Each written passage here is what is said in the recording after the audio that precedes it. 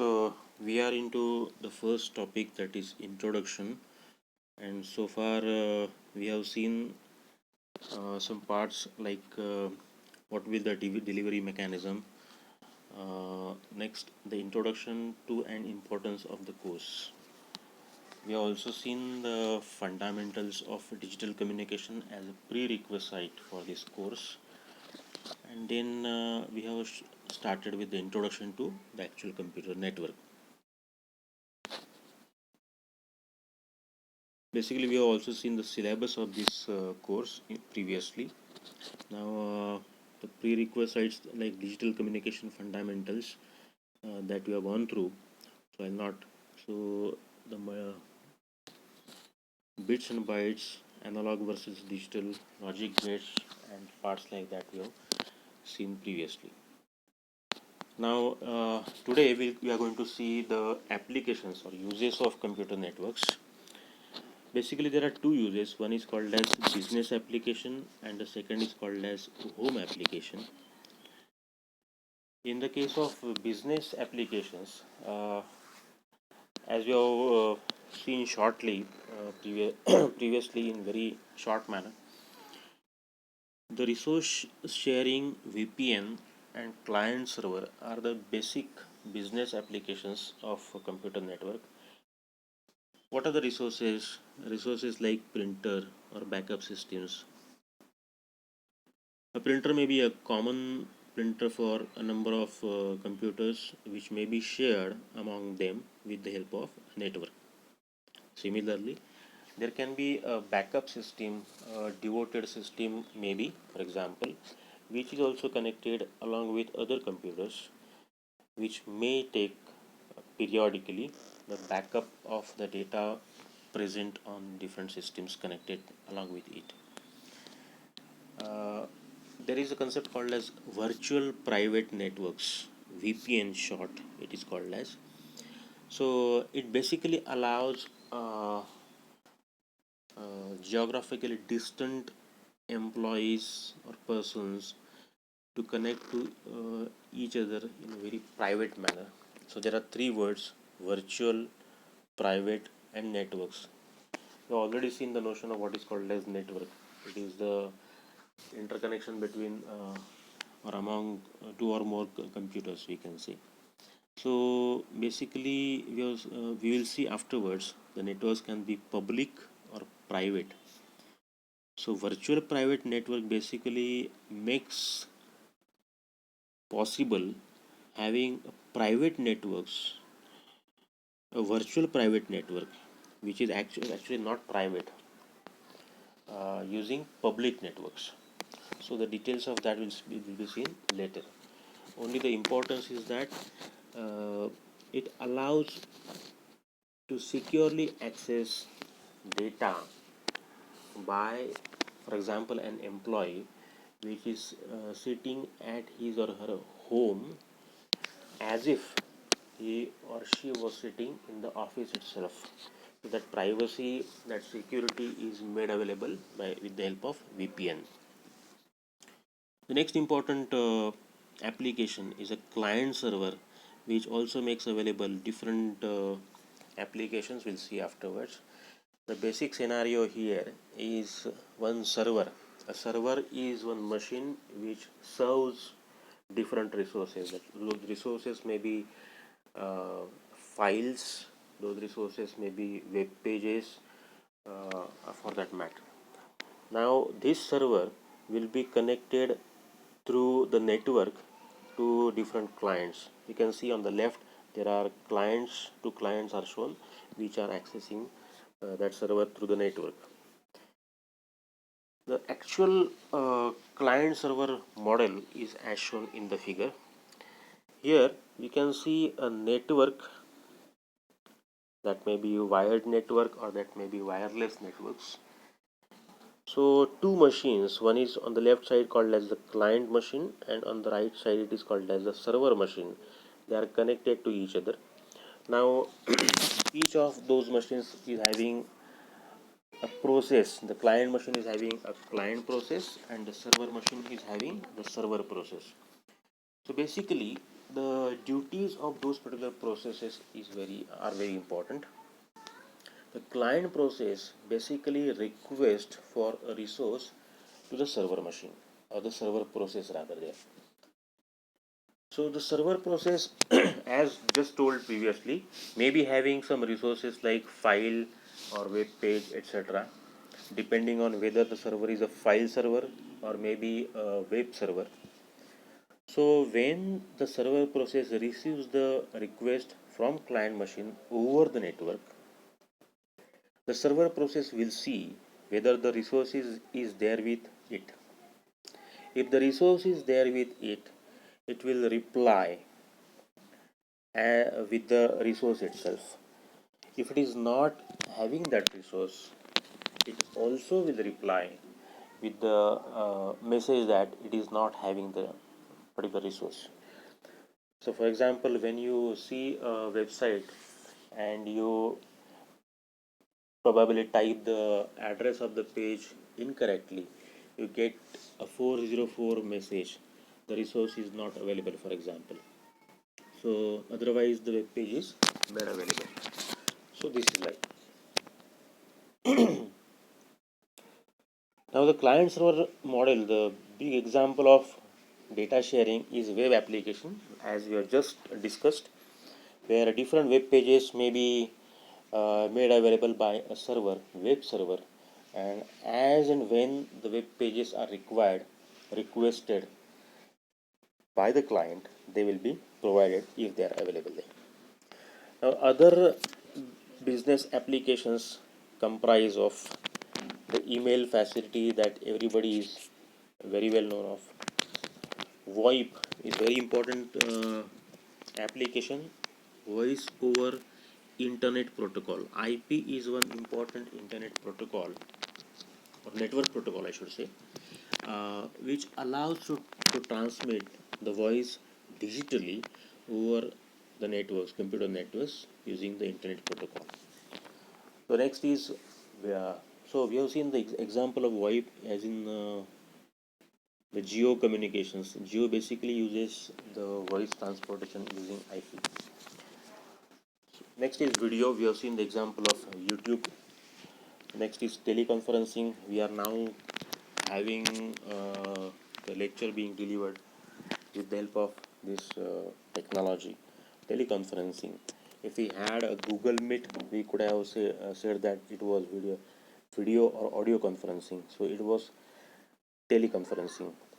Next is desktop sharing, wherein if a problem is there in one machine computer system, the particular problem, rather than visiting that place, one expert may simply get the desktop shared with him or her, and maybe operate in the sense, use that machine as if that expert is sitting uh, in the room itself, or where the desktop is, and maybe eradicate the problem. Telemedicine, telelearning, these are some of the other examples of networks. One very important application is e-commerce. For example, the shopping with the help of Amazon, Flipkart, etc., that we are very well known to. Now, before we go into home applications, let me give a very quick description of what business and home we mean by. So basically, the application may be same, but the perspective with which we see, that separates the business applications and home applications. For example, we have seen email in the business category. We may also see email in the home category. So broadly speaking, home applications are the applications which are used by the home users. Now to start with, Ken Olsen, who was the president of Digital Equipment Corporation, a big company in computer manufacturing. In 1977, he was the president and told that there is no reason for any individual to have a computer in his home. At those times, computers were mainly used for research purposes. So they were not having any plans to go for personal computers, PCs we can think of. And at that time, he just told that line. But nowadays, we have seen that the situation is totally reversed. Almost, I mean, I should say, majority of the households are there. They are having PCs, and the main reason for the use of PC is internet surfing or web browsing, we can say. So there may be many reasons for that. We can have our passion. We can have some information for businesses. We may require to, for example, submit our what you can say income tax return, the government application. We may require to know something about history, arts. There are many such examples which are given here. So depending on our personal choice, we may seek that information over the web. We can additionally go for network for reading newspapers as well as online digital libraries. YouTube is once again a very good library of videos. Once again, we can say. Now, one important distinction between the client server model uh, is with the peer to peer communication. We'll see next. The peer to peer communication is mostly used in home application scenario. Now, there is no such distinction of a client and server. Previously, we have seen that client is one which seeks the resource, and server is one which provides the resource. So, as we can see in the figure, there are many different users. They are at the same level.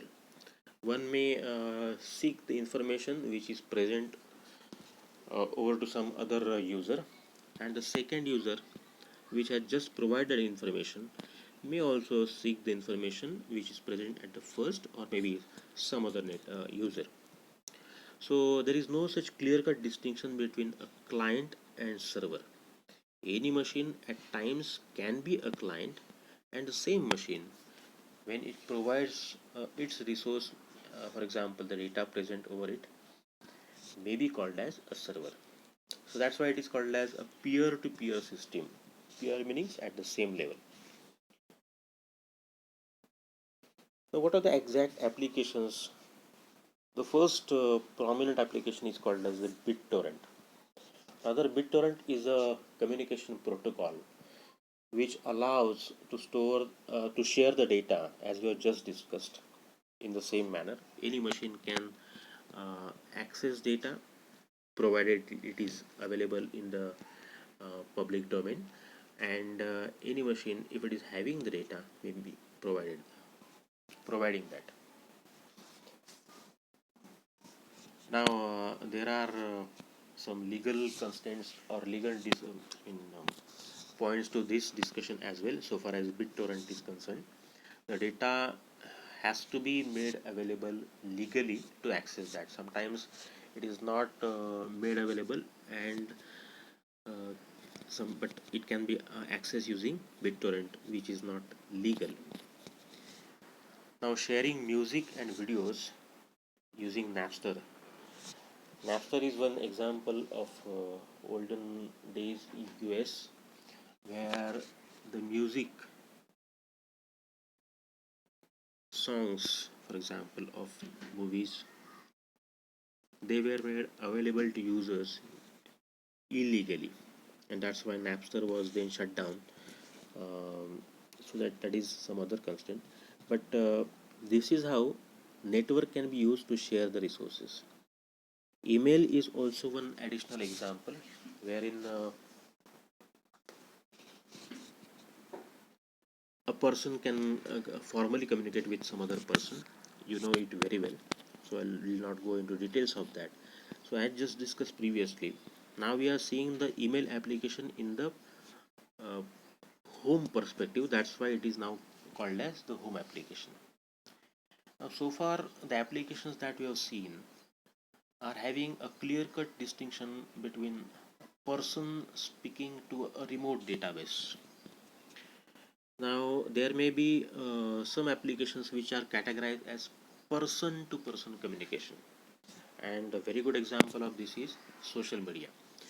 So, Twitter is very good example, WhatsApp or Facebook for that matter. In the case of Twitter, it is called as microblogging site, wherein a person can send a short message to the persons which are associated technologically to that person, or any persons who want to receive that message, for example. Next is WhatsApp, once again similar to that, but the message can be of any length. Next, WhatsApp, that you are very well known of. So these are some of the applications which are used for person to person communication. So once again, Twitter, YouTube, telelearning, as we are going through, Facebook, Wikipedia, these are at different level. These are examples of person to person communications. Now the very important discussion, the categories or the tags which are given based on how the information or the communication happens, the information flow happens. The first category is B2C. Here B stands for business and C stands for consumer. So B2C stands for business to consumer. The example being ordering books online. You can think of Amazon, where we are purchasing books, where Amazon is the business and we are the consumers. So business to consumer. Once again, network is used there. Business to business. Here a car manufacturer like Tata may order tires from the supplier. Basically, Tata does not produce tires. When it manufactures a car, it requires, for the cars, it is manufacturing, it may require tires in bulk quantities which are acquired using this network. There may be different suppliers for tires, and the communication amongst them, the car manufacturing company, the business Tata, and the second business which is providing the tires, the communication between them may happen over this B2B technology. Next is government to consumer. Now, the income tax forms which are being distributed,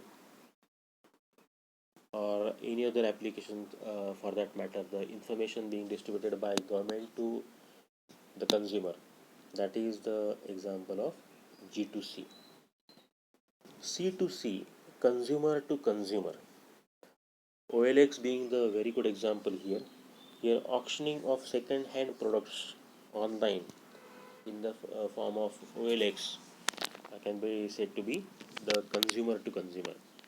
And the last is peer to peer, that we have just seen in the case of BitTorrent. Here, every machine is may seek the data and may provide the data. That's why they are called as peer, and that's why the communication is called as peer to peer. So basically, these are the forms of e-commerce. How e-commerce can happen in different categories. Now, in the case of entertainment, game playing, there are various applications that we know. Entertainment, a good example of network is uh, our desktop set-top boxes. Next is interactive IoT, where users can even interact with the providers.